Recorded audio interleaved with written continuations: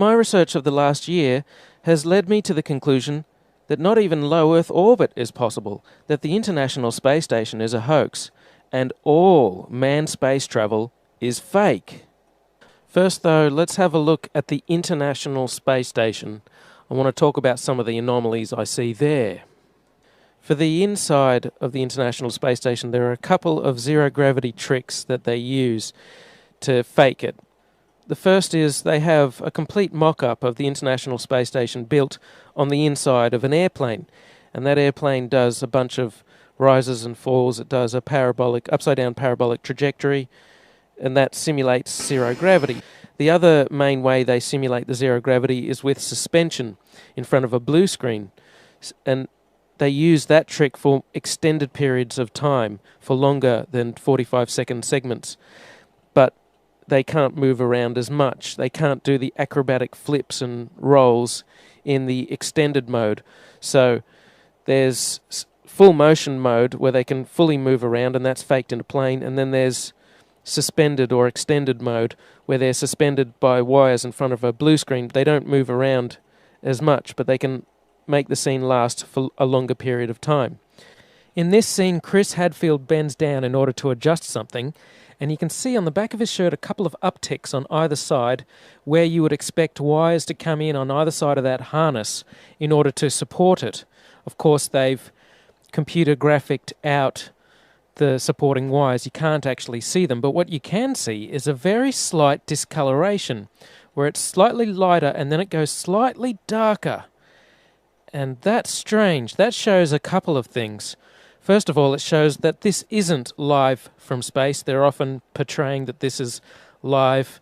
Of course, these things are fully choreographed and edited in advance to make sure that there's nothing too obvious that you can see that gives away that this is a suspension in front of a blue screen hoax.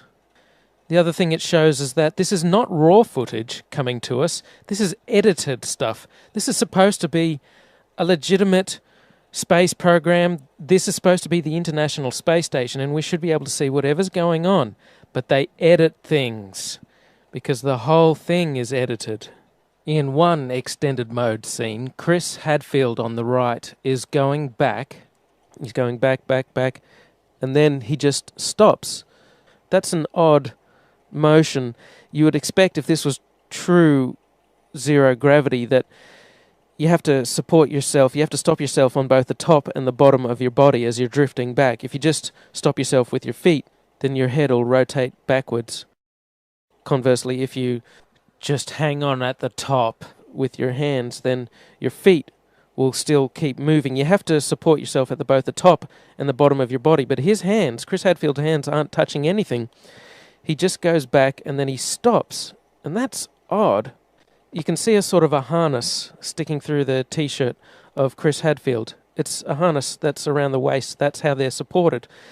Also notice that Chris Hadfield has the habit of bringing his knees up.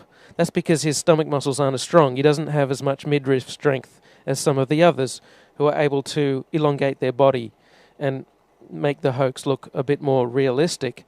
He's constantly bringing his knees up because he's not as strong as the others. Occasionally, though, the others bring their knees up too. Notice that in the extended scenes, which seems to be done in front of a blue screen, like if you have a look at this guy going back towards the screen, there's some strange shadows there, look like they're CGI'd in. Using computer graphics, they edit out the supporting wires and edit in these rotating floating objects. They always seem very concerned with the object. Chris Hadfield looks at it very closely. You don't want the object getting too far out of control, because if it starts bouncing off the cabin in a weird way or goes back to the blue screen, it could ruin the whole illusion. They also don't bounce those oranges off the walls. I'd like to see them get a tennis ball and throw it around really hard and fast. And I'd like to see them do-si-do each other really quickly, which they can't do, or they'd get all their wires tangled up. The extended mode is much quieter than the full motion mode. In full motion mode, you can actually hear the sound of the jet engines, the engines of the airplane. in every single scene of full motion mode, in every segment of the International Space Station, you can hear this loud sound, the sound of the jet engines. You could argue that it's the air conditioning system. Not even an office air conditioner is that loud. And why is there a loud sound in every segment of the International Space Station? That's because no matter how soundproof you make it, you can't filter out all of the sound of the jet engines. An airplane is just too noisy. You can put noise-cancelling headphones on when you're on a plane, and that doesn't stop the sound from getting through. It muffles it. They also use microphones that don't pick up very far away. If you have a look at this scene here, you can see that when the microphone's in the middle, pointing towards the guy in the middle, you can't hear the sound of jet engines as much, but when the microphone goes to the guy on the side, you can hear the sound of jet engines a bit more. So you can't truly soundproof the inside of the airplane where they fake full motion mode. You can see in this scene from the recent National Geographic documentary Live from Space, Koichi Wakata is looking at the window there. This is full motion mode, and you can tell because of the sound of jet engines. In quiet mode, they can go to the cupola and they can look through at their model, and you can see an amazing model. Gee, why would you build the International Space Station out of a bunch of long, thin segments that can easily break at the joints? So there's their fairly realistic view of the rest of the International Space Station. Hello, Rick. Hello, Dermot. Welcome to the International Space Station. Oh, it's nice to have you with us. Rick, thank you so much. When did you apply to join the astronaut program yourself? Well, actually, you know, getting selected as an astronaut's not as easy as it sounds. I started applying many years ago, and it actually took me 9 years and 9 different applications before I was finally selected in 3 different interviews. Oh, absolutely. It went well beyond any expectations I had. And Koichi, you're the commander of the ISS. Congratulations, the first Japanese commander. What does being commander actually mean? Well, it's quite an honor and a big challenge for me, but I am humbled to take up this challenge. I'm so happy to be able to work with my very hard-working crewmates, Rick and Misha. And I think I got to see that I have a really talented and motivated crew. I got the easy part.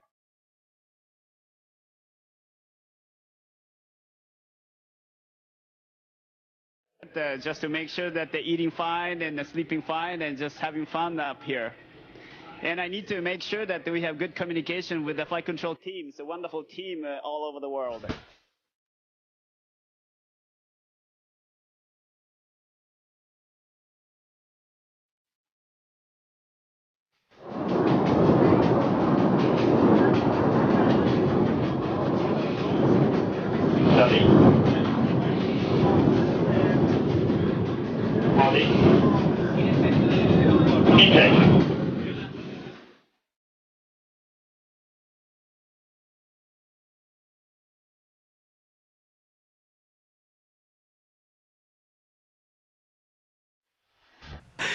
Yeah, I wish, but you know, we work together as an integrated team, and it's really a lot of fun to work with Rick and Misha. And what's the reaction been like in Japan? Actually, they really liked watching the change of command ceremony last Sunday, and I had a lot of feedback, and like to many international partners of the International Space Station program, to Japan it means a lot to have its own representative, to have a chance to command the International Space Station.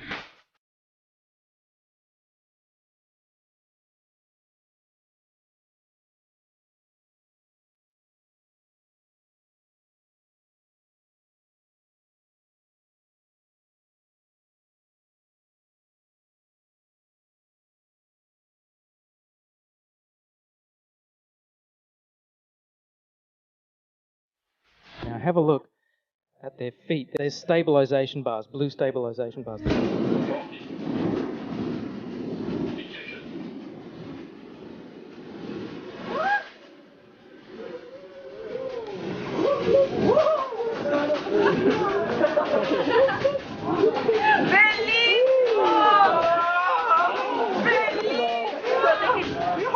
to balance the rotation.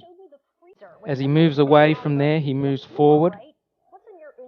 And once again, he hangs on to the bar on the side with his left hand to stabilise himself.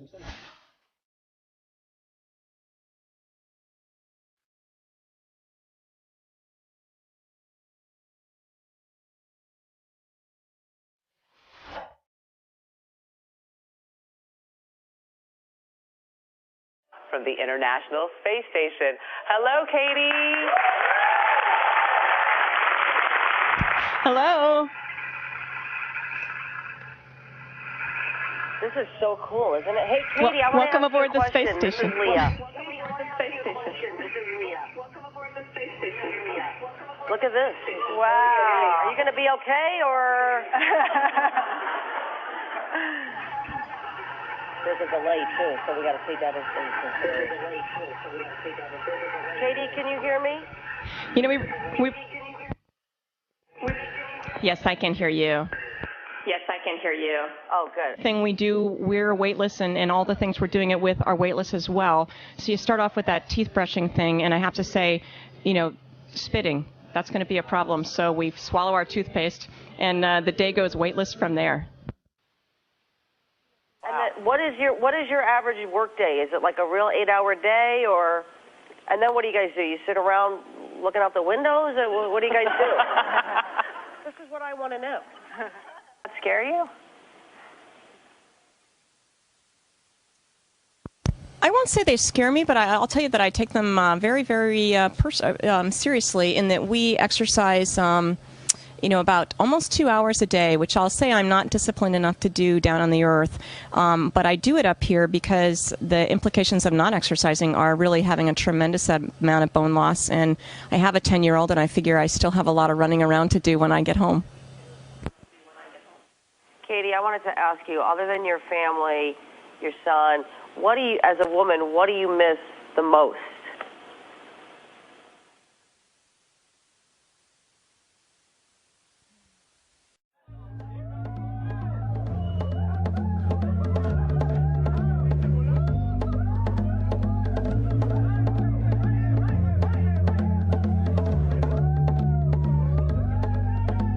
Jelly beans, but then how to eat these in space, this is truly challenging, because as soon as I open this bag, all of these are going to want to come out.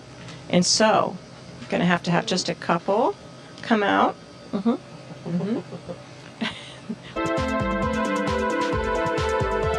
Japan, and that brings us to Koichi, who's in the Japanese lab Kibo. So Koichi, walk me through what you're working on in this lab. Yeah, this is an experiment called Spheres.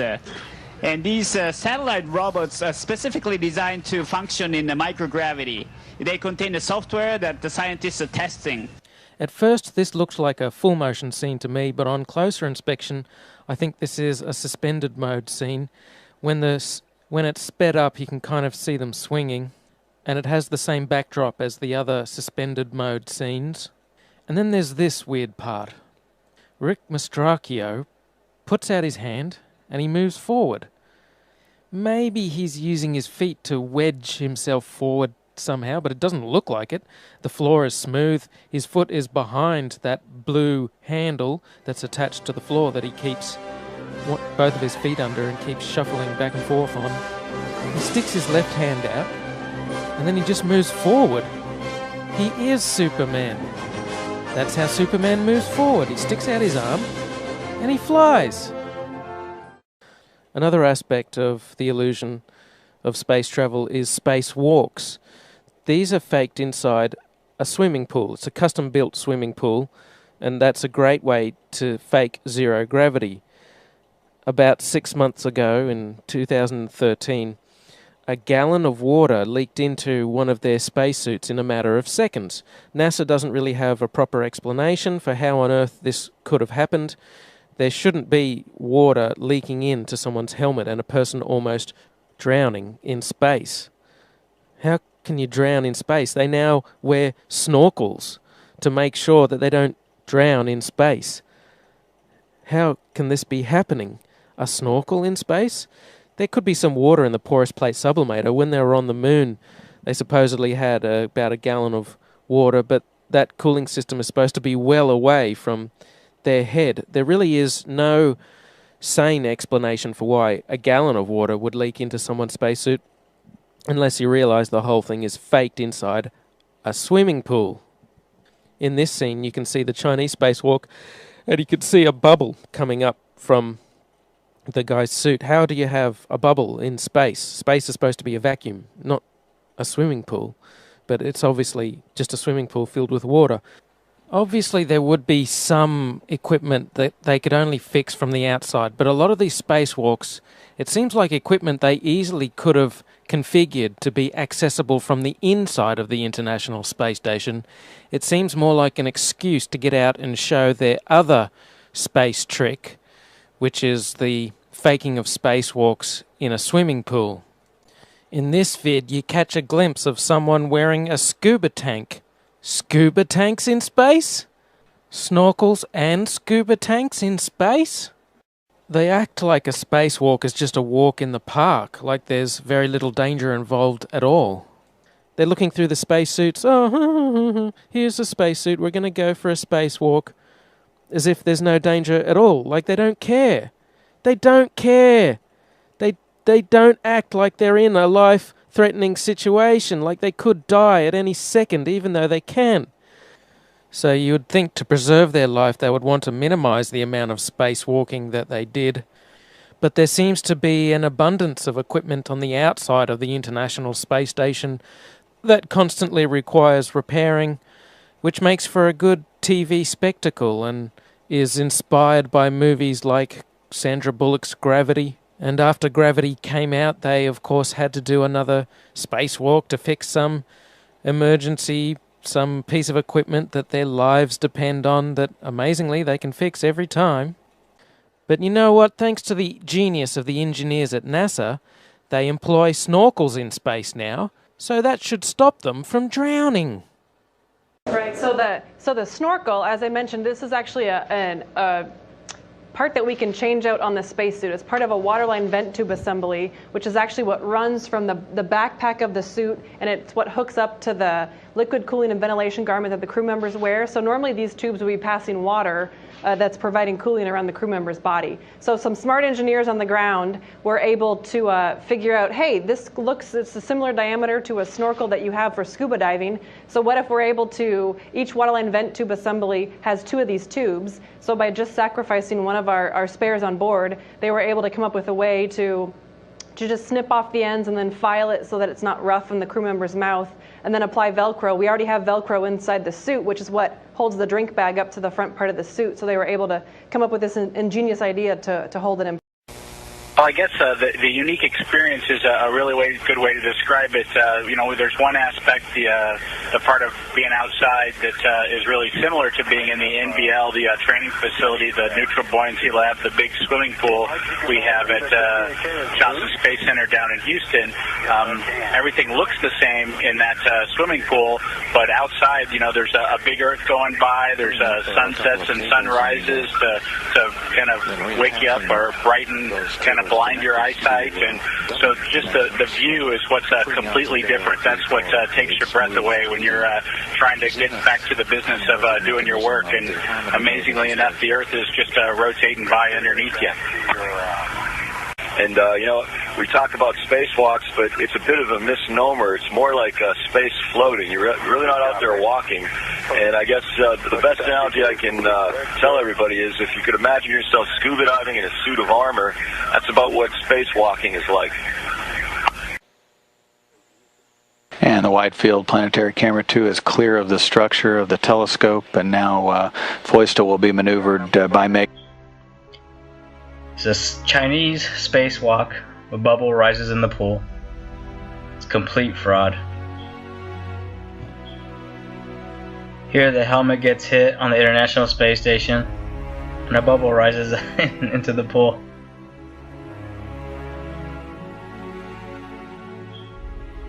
This spacewalk from NASA isn't even a month old yet, and here's a bubble taking an odd trajectory because it's in a water pool. It even curves because the water is it's not motionless, it's moving.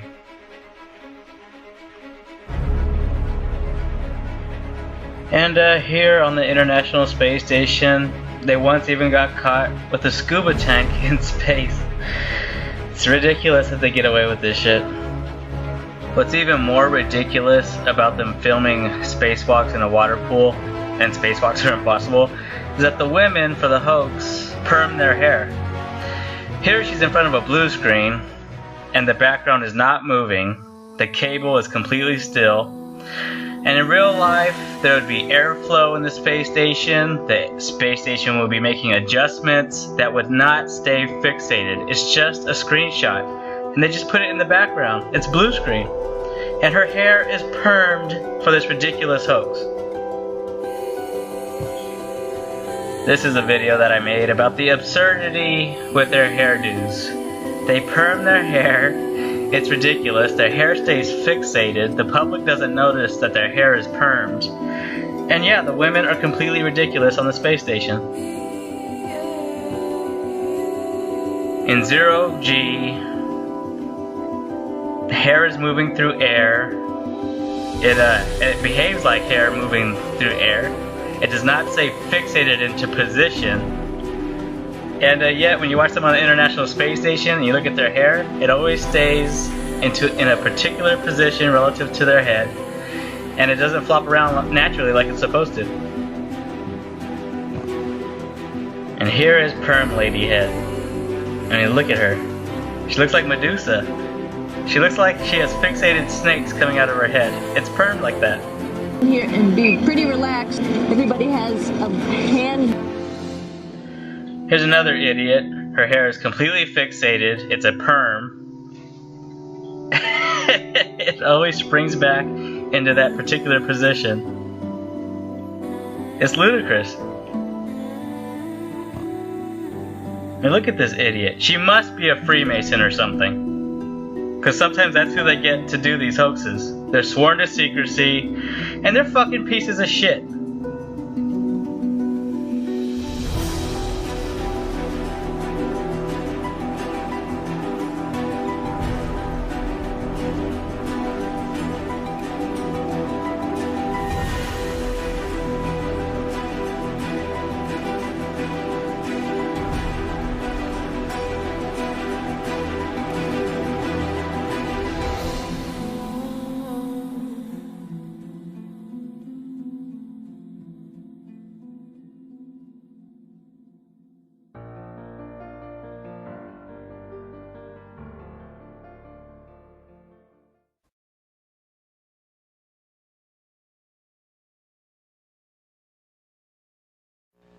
Just 24 hours ago, the 6 crew members had an opportunity to conduct what now has been the traditional change of command ceremony. They gathered inside the Japanese Kibo module for that activity, in which Max Sarayev formally handed over the reins of the command of the International Space Station to Butch Wilmore. There were opening remarks from Reid Wiseman and Alexander Gerst. So for your viewing enjoyment, let's take a look at yesterday's change of command ceremony. Okay, welcome everybody to the Expedition 41. Now notice Clive Davis always holding his hand into a fist over fist. Now, in the Masonic world, that means time is up. His time has not come up yet. So who does he referring to when he holds his hands over his fist? Someone's time is up. Is Whitney. Okay, welcome everybody to the Expedition 41-42 Change of Command. This is Reid Wiseman. I'm joined with Alex Gerst and Max Sarayev, and the three of us are heading out tomorrow. So we just wanted to kick it off by saying a few words. And for me personally, this is the most unique ship with the most amazing crew and the most incredible ground support that I've ever worked with. And it's been an honor and a privilege to spend 165 days up here. And with that said, I'm looking forward to heading home tomorrow with these two. And I'll hand it over to my German colleague, Dr. Alex Gerst. Yeah, they say this is the most complex machine that humanity has ever built.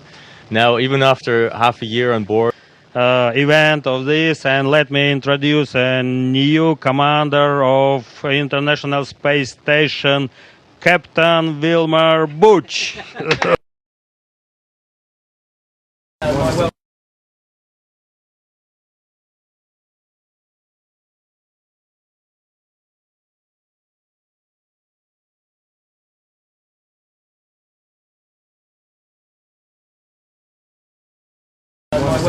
Thank you so much. Introduce a new commander of International Space Station, Captain Wilmer Butch. All right, thank you, Max. Hey, I want to congratulate you on a great tenure as a commander of this engineering marvel. It's nicely done, Max. And to the whole team here, thanks, guys. It's been a wonderful 2 months. We're going to miss you guys when you leave tomorrow. And for the team on Earth, it's an amazing, as Alex said, it's an amazing accomplishments day in and day out, things that takes place here. And you think about all the people literally around the globe working together for the common good of mankind. And I want to, like as they said, thank everyone as we go forward. And with that, we'll say Increment 42 has begun. All right? Congrats. All right. Here we go. Congratulations. Congratulations. Thank you all.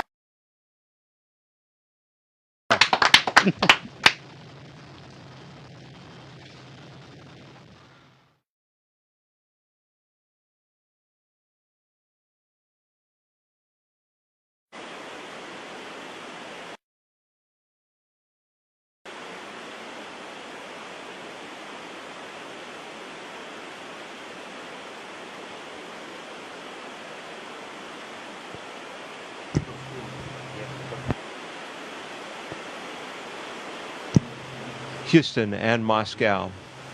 The crews have, the crew of Expedition 28 has had the discussion about emergency procedures during the transition period that will exist from the change of command ceremony tonight until the hatch closing and official departure. Andre and his crew tomorrow. And it's been great flying with you. It's been great working with you. I am ready to accept command. Thank you. Thank you, Mike. So for the International Space Station program, all the international partners, thank you very much for giving me the keys to the family car. Thank you, Kevin. With great humility and pleasure, I accept command of the International Space Station. Thank you, sir. There you go. Good luck. Congratulations on becoming the first Canadian commander of the International Space Station. We look forward to working with you as you take command and you lead the crew through Increment 35. Welcome to the end of Increment 40. We've accomplished a lot. We've had a lot of fun. Hopefully everybody else had a lot of fun too. This was a team effort. We got together. We did it as a team. And of course, we actually had the easy part. You guys on the ground had the most difficult part. And it's come to an end. And so I'd like to hand over the command of the International Space Station to Maxim Sarayev.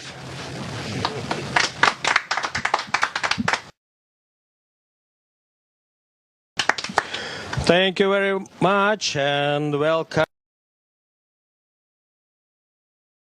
to Increment 41. Houston and Moskva and all of the control centers around the world. From the crew here on board the International Space Station, after having served through Expedition 35, it is time to hand over the command of the spaceship to the Expedition 36 crew. So from this young Canadian kid's dreams to be realized to command a spaceship, on behalf of everybody at the Canadian Space Agency and the International Space Station program that trusted us to do our job right, para. And so I pass command of the International Space Station to Pavel Vladimirovich Vinogradov. Congratulations. Наступил тот момент, когда мы The moment has come прощаться с that we need to say goodbye великолепным домом, to our wonderful home, прекрасной станции, this beautiful station больше 5 месяцев. where we spent over 5 months. Я хочу сказать руководству And I would like to transfer the command of this beautiful home, my space home, to my friend, the new space station commander, Fyodor Yurchikhin. Thank you very much, Pavel.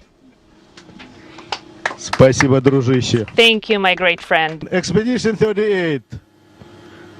Рик Мастракио, Коичи Ваката, Майкл Тюрин, Michael Hopkins, Sergei Rязанский, and Expedition 38 Commander Oleg Kotov. Welcome on board. Okay, hello everyone on the ground. So again, I'm really glad to pick up the station from my first commander, Fyodor Yurchikhin, and from his excellent crew. Thank you.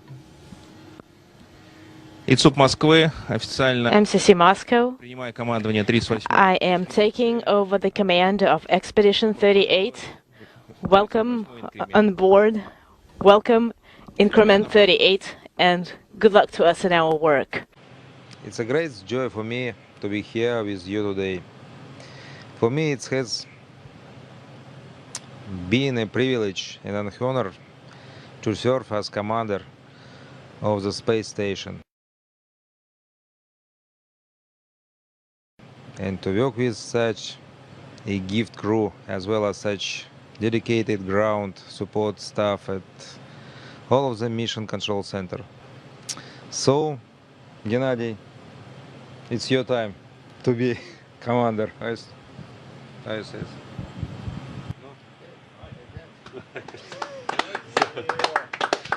it.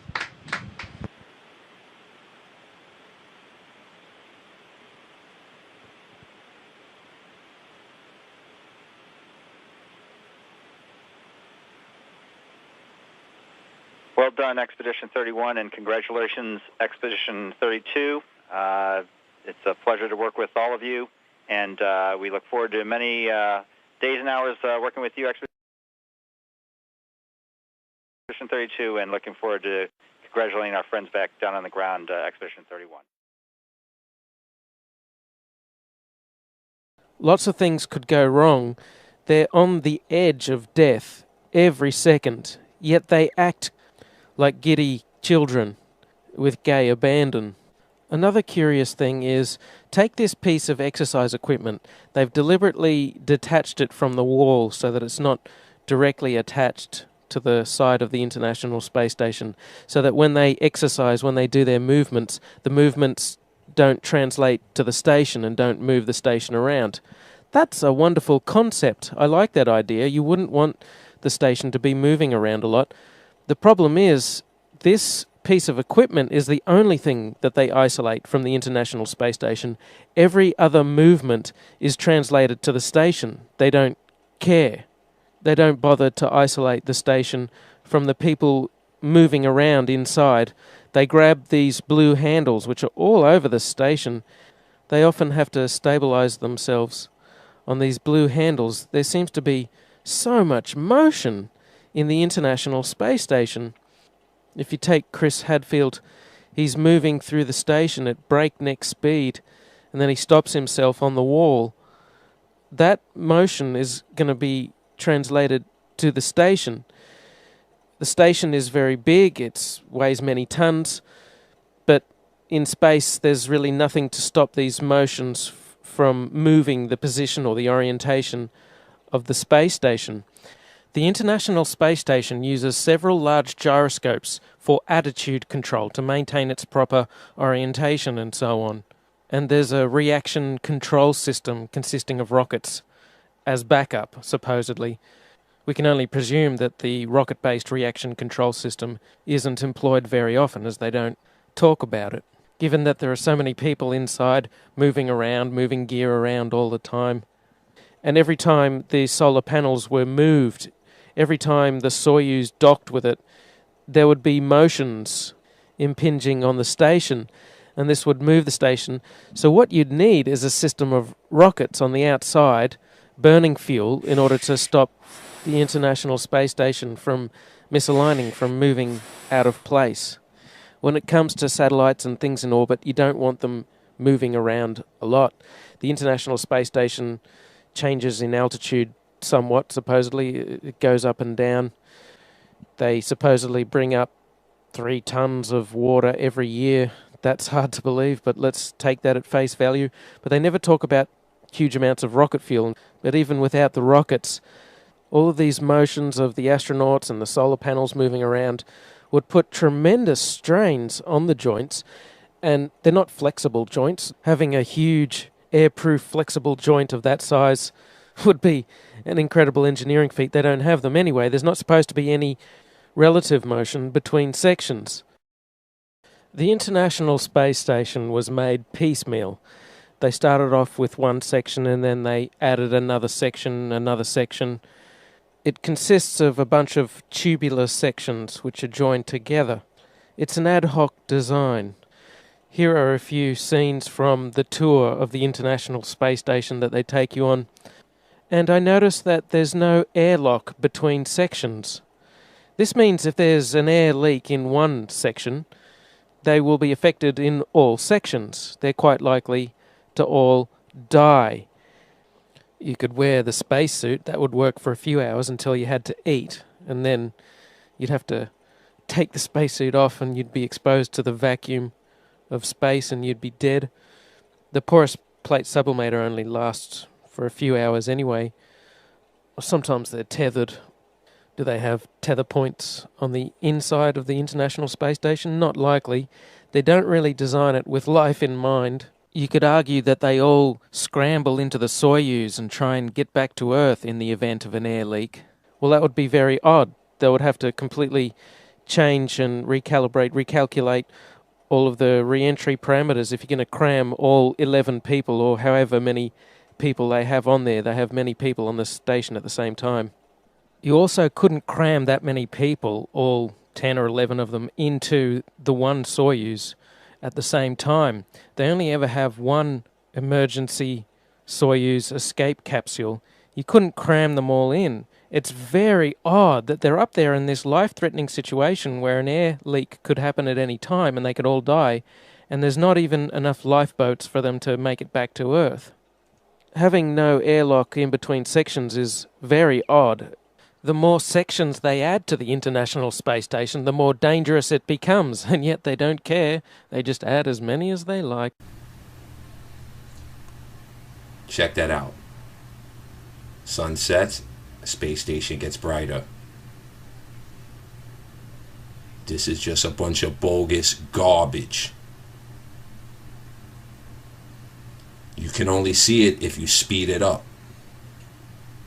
You won't notice it in real time. Look. What could be, if the sun is setting behind, what could be brightening the space station? And notice how they changed the scene too. It cuts. That's because this is bogus garbage. How is the space station, supposed space station, visible after the sun has set behind a supposed round Earth horizon? How? Look at that. Sun sets, space station gets brighter. But notice the sun has been disappearing, supposedly. But yet you can still see this. What's shining from here to reflect light off? The supposed sun. You cannot see the sun from free space.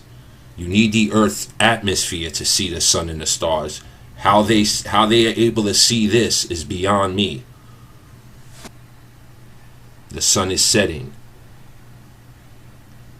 Watch this here, how it gets dark.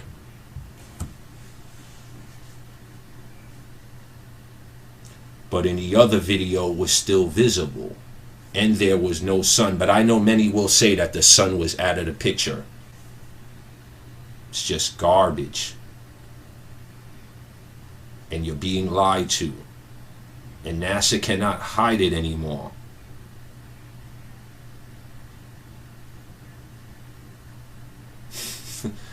Look how fake this is.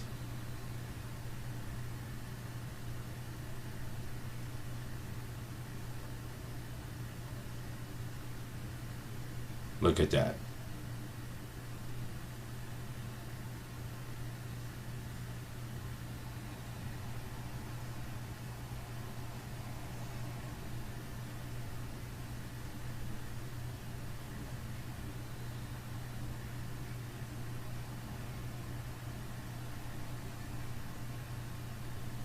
Well, you would figure in their lie they got it right here.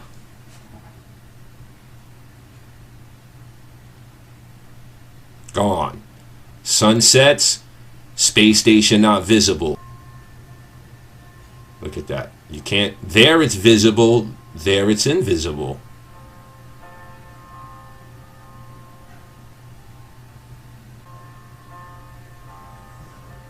Yeah, I know. It's at an angle. That's what all the naysayers are going to say. Wake up, people. Wake up. Another curious aspect is how they deal with water. There's no proper shower, so they must be incredibly uncomfortable and stinky the whole time, yet they have huge smiles plastered on their face. They can't have a proper shower. Nevertheless, they must use some water in order to clean themselves, in order to clean their hair. What do they do with this water? Supposedly they have suction for when they urinate, but aside from that, there are no special vacuum sinks. In other words, there's water floating around all over the International Space Station. Now, none of the surfaces are waterproof. It's just expected that you keep the water confined to one area of the International Space Station, away from the delicate electronic equipment and so on. And what do you do with this water, especially dirty water? Because that's what water does. It absorbs dirt and particles. They would accumulate so much filthy water. The mantra, of course, is recycling. They're supposed to recycle everything. Wow, they have some amazing recycling technologies on the International Space Station that they can't demonstrate anywhere else. I mean, it's a super water recycler that's compact enough to fit inside the International Space Station. Imagine how much maintenance such a system would require. You'd have to bring up so many filters and chemicals, and things would be breaking down, and you'd have to repair it, but you don't have the tools to do it. So there's another curious, strange aspect of the International Space Station which endangers their lives and could kill them. But they don't care. They always have huge smiles on their face, like they're having a really good time, even though they could die at any second. Another curious aspect is that humans emit dust with time. Their skin dies and drops off. That's what makes for most dust inside a person's house. There'd be so much dust building up on the International Space Station, and yet you never see them go around with a dust buster, with a small vacuum cleaner sucking things up. What do they do with the dust? Well, supposedly there's a trash disposal thing in the form of a re-entry vehicle which strangely burns up on re-entry, even though the ones with humans inside supposedly survive re-entry. That's a very curious contradiction, but they have a trash disposal capsule that they put their trash into, but they never talk about the dust. They never talk about the solid waste from the supposed space-age sewage system that they have. That's another strange thing, is supposedly they have a sewage system. I don't know how they cram it into the International Space Station. Perhaps it's in the walls of the station, but they never talk about the smell. It'd be impossible to avoid the smell of a sewage system in the walls of the International Space Station, because they're trapped inside this tin can. It's completely sealed from the vacuum of space. You could have any number of super filters and try and get rid of the smell. It wouldn't work. They never talk about bringing bacteria up in order to replenish the bacteria that's in the sewage system. They never talk about bringing all of the extra oxygen up that you'd need to let the bacteria process the sewage. In fact, what they must do is simply store their feces in the cupboard. They would have to put on a pair of plastic gloves and grab their feces and put it in the closet. There's no sewage system on there. They can pretend that there's a sewage system. There's no sewage system. So in other words, They're living with their own feces, and the smell must be incredible. Yet they always have huge smiles plastered on their face, like the International Space Station is the best place in the world to be. But it would be awful. What about their laundry? Well, Chris Hadfield admits there's too much water taken for laundry. They don't do laundry. They just throw their clothes in the trash when they're done with them. Laundry piles up. Is there a way to clean clothes in space? No, it takes a lot of water, of course, a washing machine and a dryer. We don't have anything like that. So we just wear our clothes till they wear out, and then you throw them in the trash, and the trash is like a little unmanned resupply ship. And when it gets full of trash, then we close the hatch, and it undocks and backs away and falls down into the atmosphere. So your dirty laundry actually gets incinerated in the atmosphere. And so, wait a minute, you're kidding. You guys on the space station are throwing your underwear out, your dirty underwear out the window, and it's raining down on us?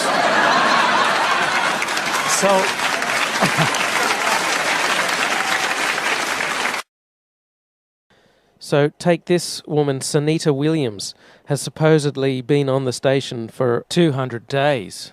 She's never had a proper shower in that time.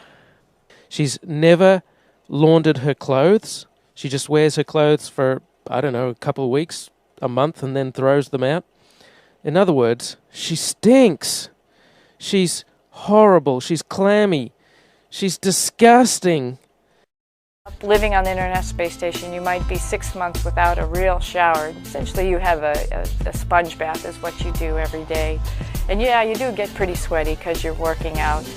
But surprisingly enough, when the shuttle crew came to pick me up, was one of my first questions, do I smell? And they said I didn't smell, and they said my hair didn't look greasy, so I was pretty happy with that. And yet they all act like they're so happy to be on the International Space Station.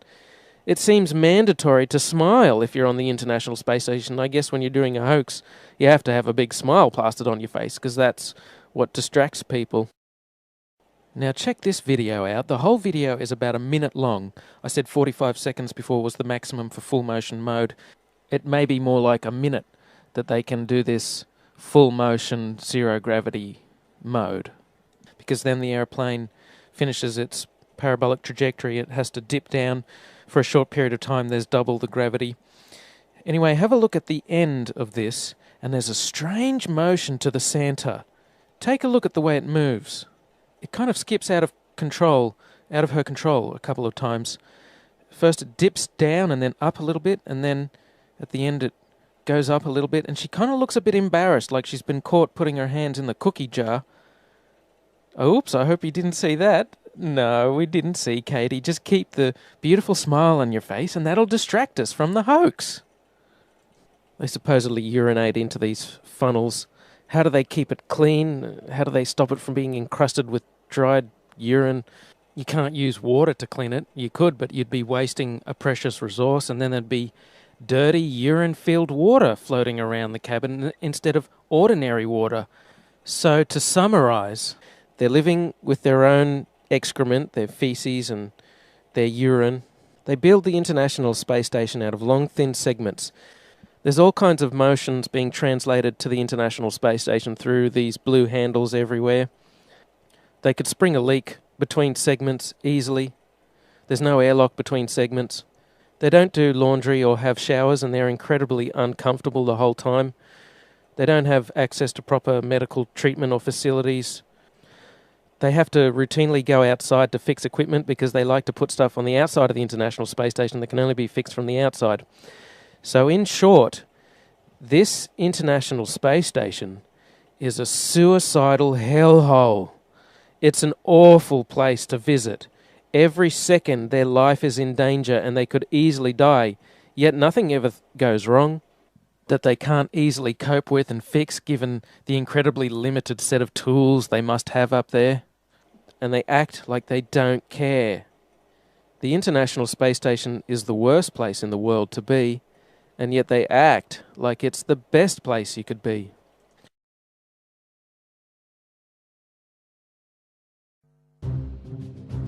Space, the final frontier. Man has been traveling here since the 60s. All of them brave voyagers, highly trained astronauts, not everyday people until now.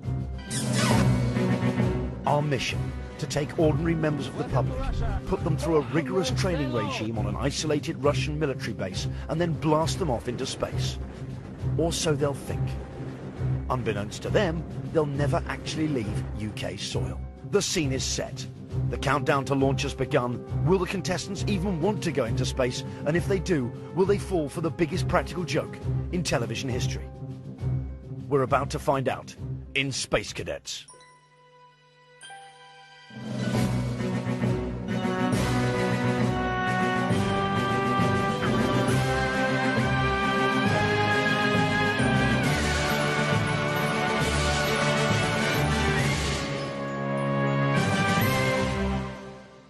Hello and welcome to Space Cadets. It's Space Gym, but not as you know it. So what are we trying to achieve here? We have a two-part mission statement. Part one, we must convince a group of people that a large field a stone's throw from Ipswich is in fact a Russian space training facility. Part two, we must convince this same group of people we're going to put them in a shuttle, blast them into space for 5 days, where they'll make history as Britain's first televised space tourists, when in fact they will be in this high-tech shuttle simulator based on genuine NASA blueprints in this aircraft hangar here in that same field near Ipswich. Now, if they last the full 5-day mission without rumbling us, they'll each walk away with a bundle of cash. This is the most elaborate and expensive hoax in British TV history. So what could possibly go wrong? Hello, and welcome to the International Space Station. I'm Katie Coleman, a NASA astronaut, MIT graduate from 1983, and this is my world.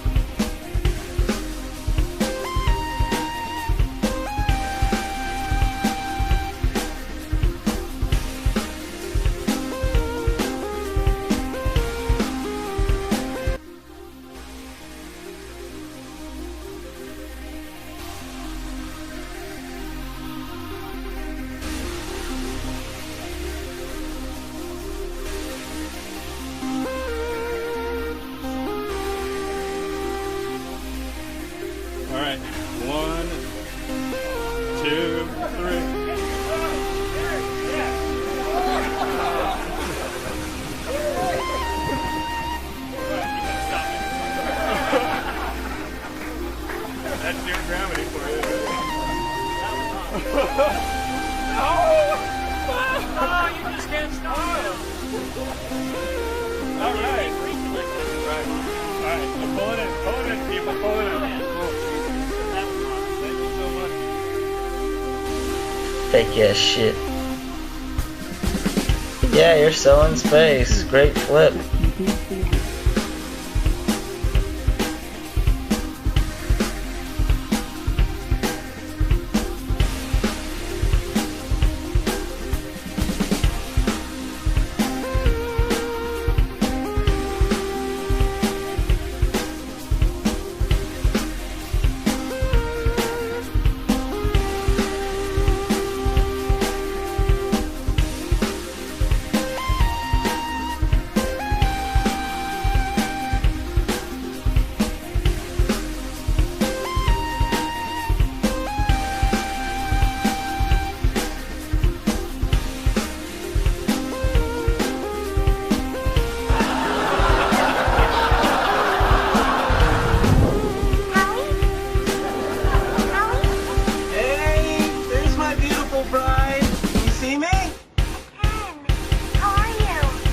Amazing. I mean, this is even better than I dreamed.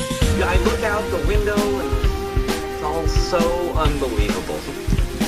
Well, when we look out the window, Emerson, the thing that we see and notice the most is planet Earth. Some of our best windows face the Earth, and it's very blue.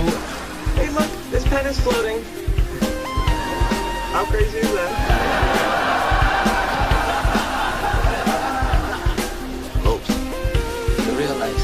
Slide your ass off to your wife and your mother. You don't have to shout, Raj. It's not like I'm an astronaut floating around in outer space. So wait, I am.